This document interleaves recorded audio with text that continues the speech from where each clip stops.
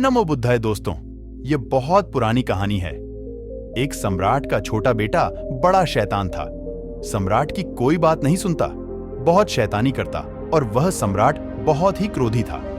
एक दिन अपने बेटे की शैतानियों से तंग आकर उसने अपने बेटे को घर से निकाल दिया। सम्राट के मंत्री उसे कहीं दूर छोड़कर आ गए। उस वक्त सम्राट का बेटा मात्र 8 साल का था। अब उसे बच्चों के लिए बड़ी मुश्किल हो गई। राजा का बेटा अब राजा न रह जाए तो उसे कोई और कला तो आती नहीं है। सिवाय भीख मांगने के वह उतनी छोटी सी उम्र में भीख मांगने लगा और करता भी क्या। छोटा बच्चा था। धीरे धीरे समय अपनी रफ्तार के साथ चलता रहा और बहुत वर्ष बीत जाने के बाद उसे याद ही नहीं रहा कि वह कभी राजकुमार हुआ करता था और महलों में सुख सुविधाओं में रहा करता था। याद रखना भी दुखदाई था।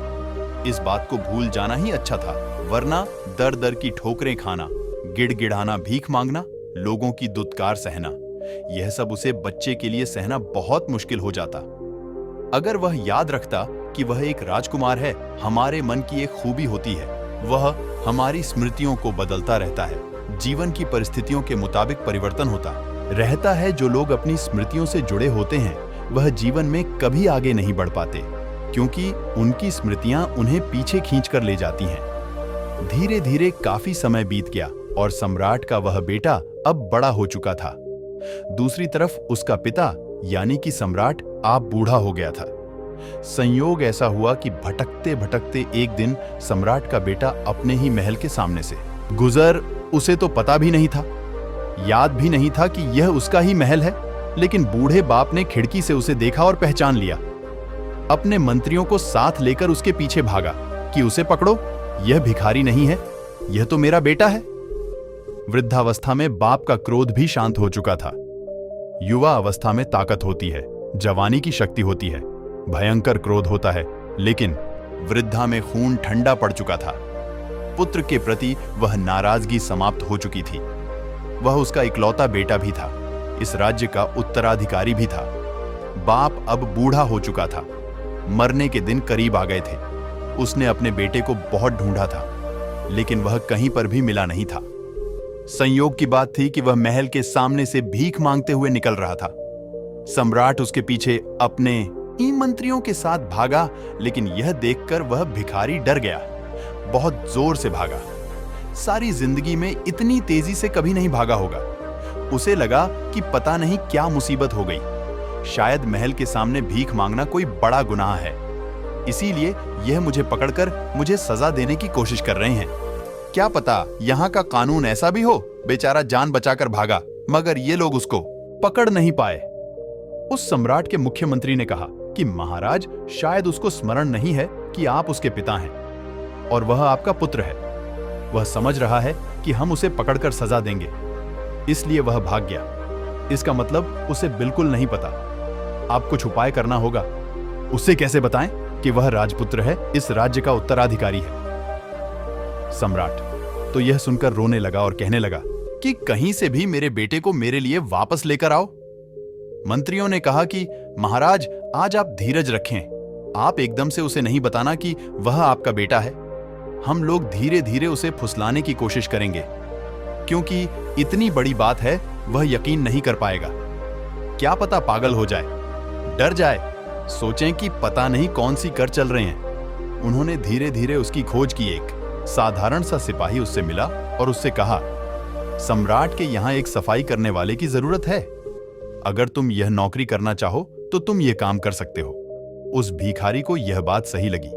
उसने सोचा कि भीख मांगने से अच्छा तो नौकरी करना है। उसे सफाई करनी आती नहीं थी।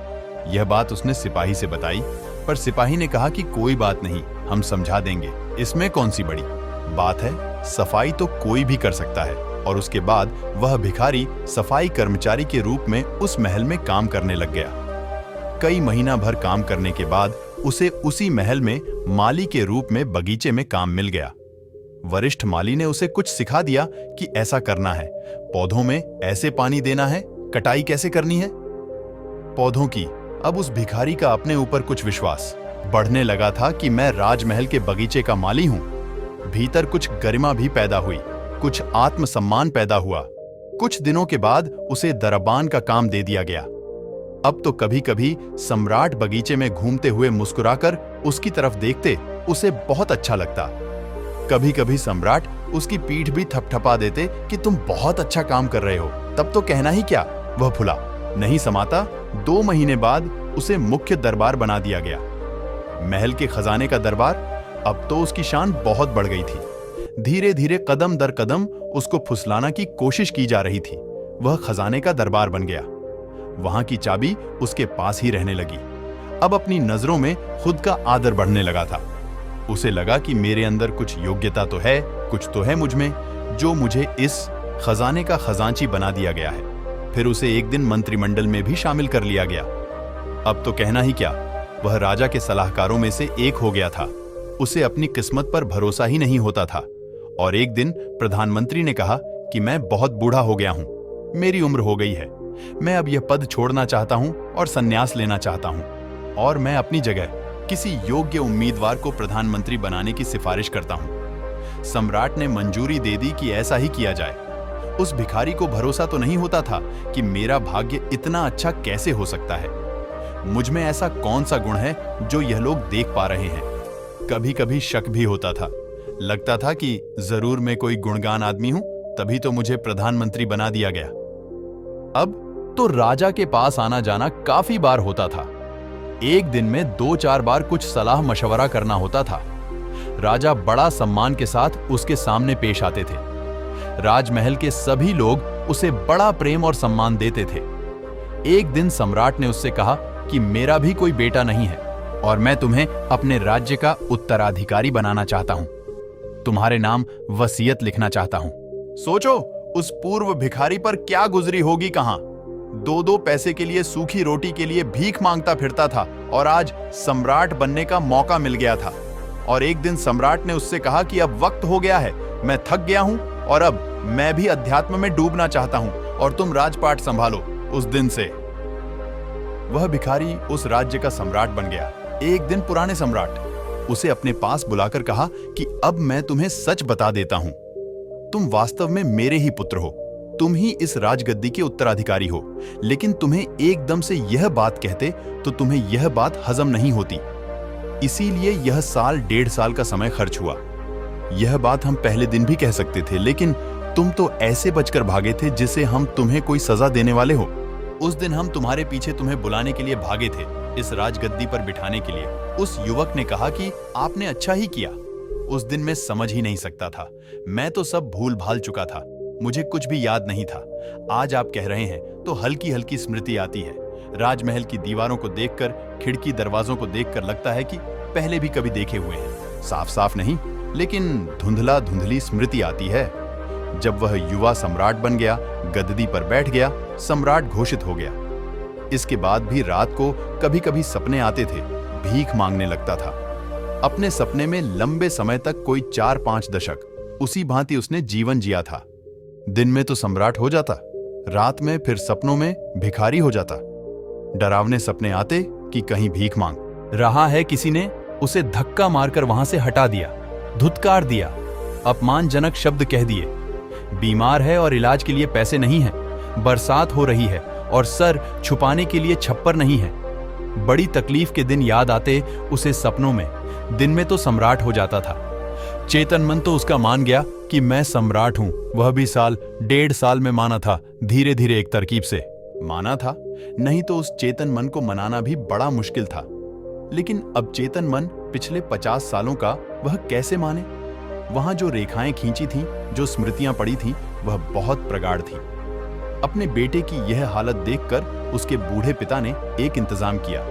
एक बौद्ध भिक्षु को बुलाया, उसको बताया कि समस्या क्या है। उसने उसे बताया कि दिन में तो एक राजा की तरह सा व्यवहार करता है, लेकिन सपने में फिर से भिखमंगा हो जाता है।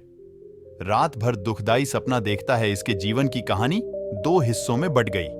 उस बौद्ध भिक्षु ने कहा कि थोड़े से सम्मोहन के प्रयोग इसके ऊपर करने होंगे और अवचेतन मन तक यह धारणा पहुंचानी होगी कि वह सम्राट है। और अवचेतन मन को अभी तक यही लगता है कि यह भिखारी है। उस बौद्ध भिक्षु ने कोई 3 महीने रोज उस पर प्रयोग किए गए योग निद्रा की अवस्था में ले जाकर सुझाव देता कि तुम सम्राट हो। भाव करो कि मैं सम्राट हूं, मैं सम्राट हूं। रात सोते समय यह प्रयोग करता, यही भाव करते करते वह उसे सुला देता। चित्रात्मक रूप से उसे यही दिखाने की कोशिश करता कि तुम सम्राट हो। विशेषकर रात को सोते समय वह यह प्रयोग करता था। धीरे धीरे यह धारणा उसके भीतर बैठती चली गई और सम्राट होने की धारणा भिखमंगे होने से ज्यादा मजबूत हो गई। कोई 2-3 महीने का समय लगा, तब जाकर अवचेतन मन के पुराने सपना समाप्त हो गए। सुनने में यह कहानी विचित्र लगे, हम सबकी यही कहानी है। हम सब परमात्मा स्वरूप हैं। हमारी आत्मा स्वयं ब्रह्म है, लेकिन हम भूल गए हैं और लंबे समय पर भूल होने की वजह से एक साधारण इंसान अपने आप को समझने लगे हैं। आज तुम्हें कोई कहे तुम ही परमात्मा हो तो स्वीकार करना मुश्किल हो जाएगा।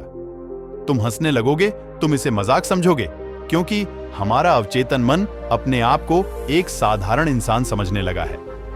हमारा चेतन मन जानता है कि कण कण में परमात्मा बसता है।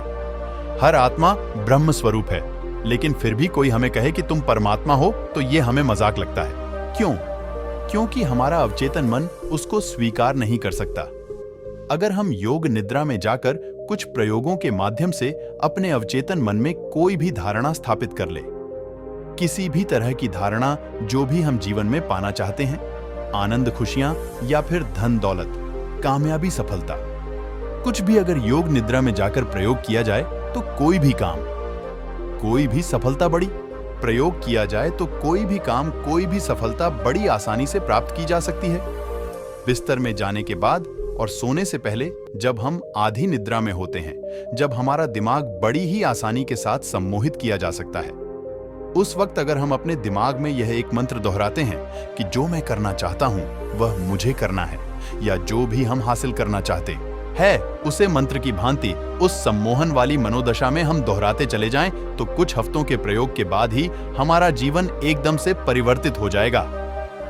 आशा करता हूं यह कहानी आपको पसंद आई होगी, तो इस चैनल को सब्सक्राइब करें, नोटिफिकेशन बेल आइकन को जरूर प्रेस कर देना, लाइक करें, शेयर करें। धन्यवाद। नमो बुद्धाय।